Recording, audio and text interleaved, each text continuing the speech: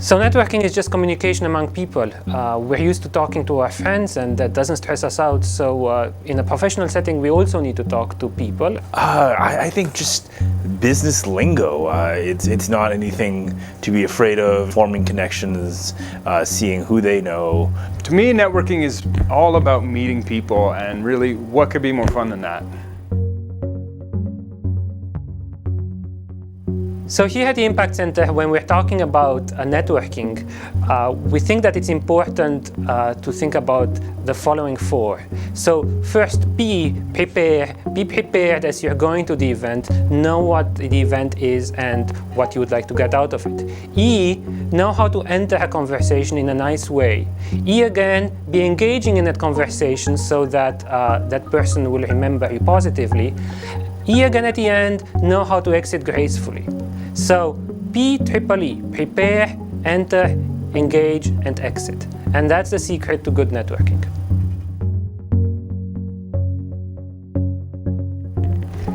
How do I prepare for networking events? Well, I mean, you got to know who's going to be there. That's really important. Do as much background research as possible. Nowadays with Google and LinkedIn, it's actually quite easy to figure out, approximately who's going to be at these events. Take a look at the guest list, the main goals and interests of people attending.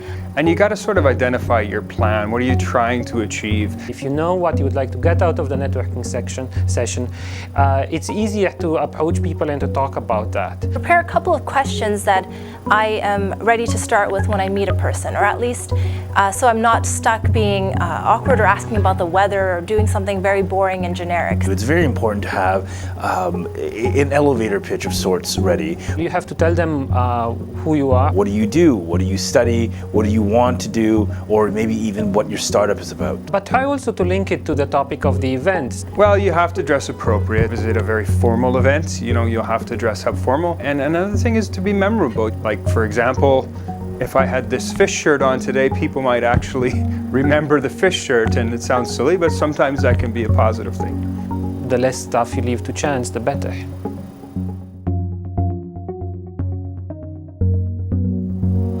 So when you enter a room and you don't know anybody, sometimes I like to look at where people are standing around the room. Those who are near the cheese table. There's good places by the coffee stand, by the bar, where you might be able to easily engage in a conversation.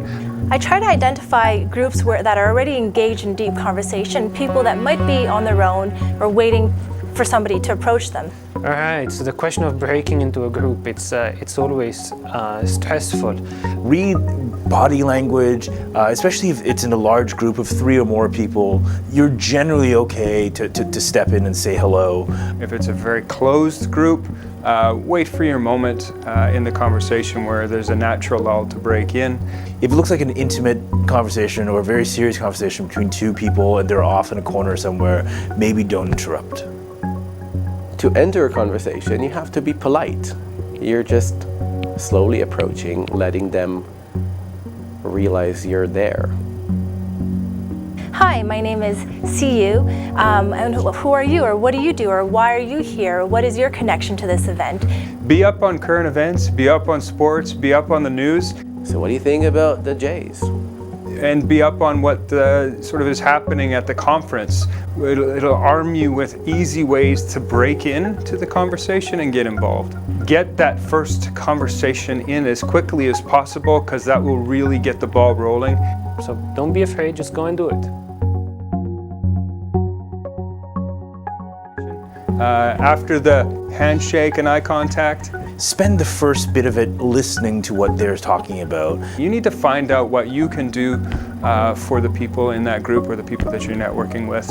Ask more open-ended questions to really add value to the conversation. So what do you do? What do you care about? What are you passionate about? Try not to have a long monologue about yourself. Use that conversation to gauge whether you'd like to offer to help them with something or offer them a contact that you have. What I think is important to remember, the person in front of you, you might not actually make a connection or be able to offer that person, but maybe down the road somebody in their network, they might be able to make a connection. So no matter what, I think it's important to properly sell yourself. You don't have to make a solid connection immediately, but what can happen afterwards can actually be quite powerful. So networking for students can be also a bit more difficult as you introduce yourself. Hello, I'm a student studying X. Well, probably in that room there's 10 other students who can open with exactly the same statement. Try to find things that make you unique in your skills, in your previous experience, in your hobbies, in your other personal interests. Try to be a bit more memorable. An engaging conversation is when people are talking honestly and authentically, and they're talking about what they care about. People relate to emotion. People relate to people. So if you know what you're passionate about and you share that with others, they see that. They read you as being open, authentic, and they remember that feeling that you care about this topic. Be yourself, be open, be honest, and be authentic. That's the only way. And whenever something clicks, they would remember, oh, I know that guy. He was so passionate about this thing. I should give him a call.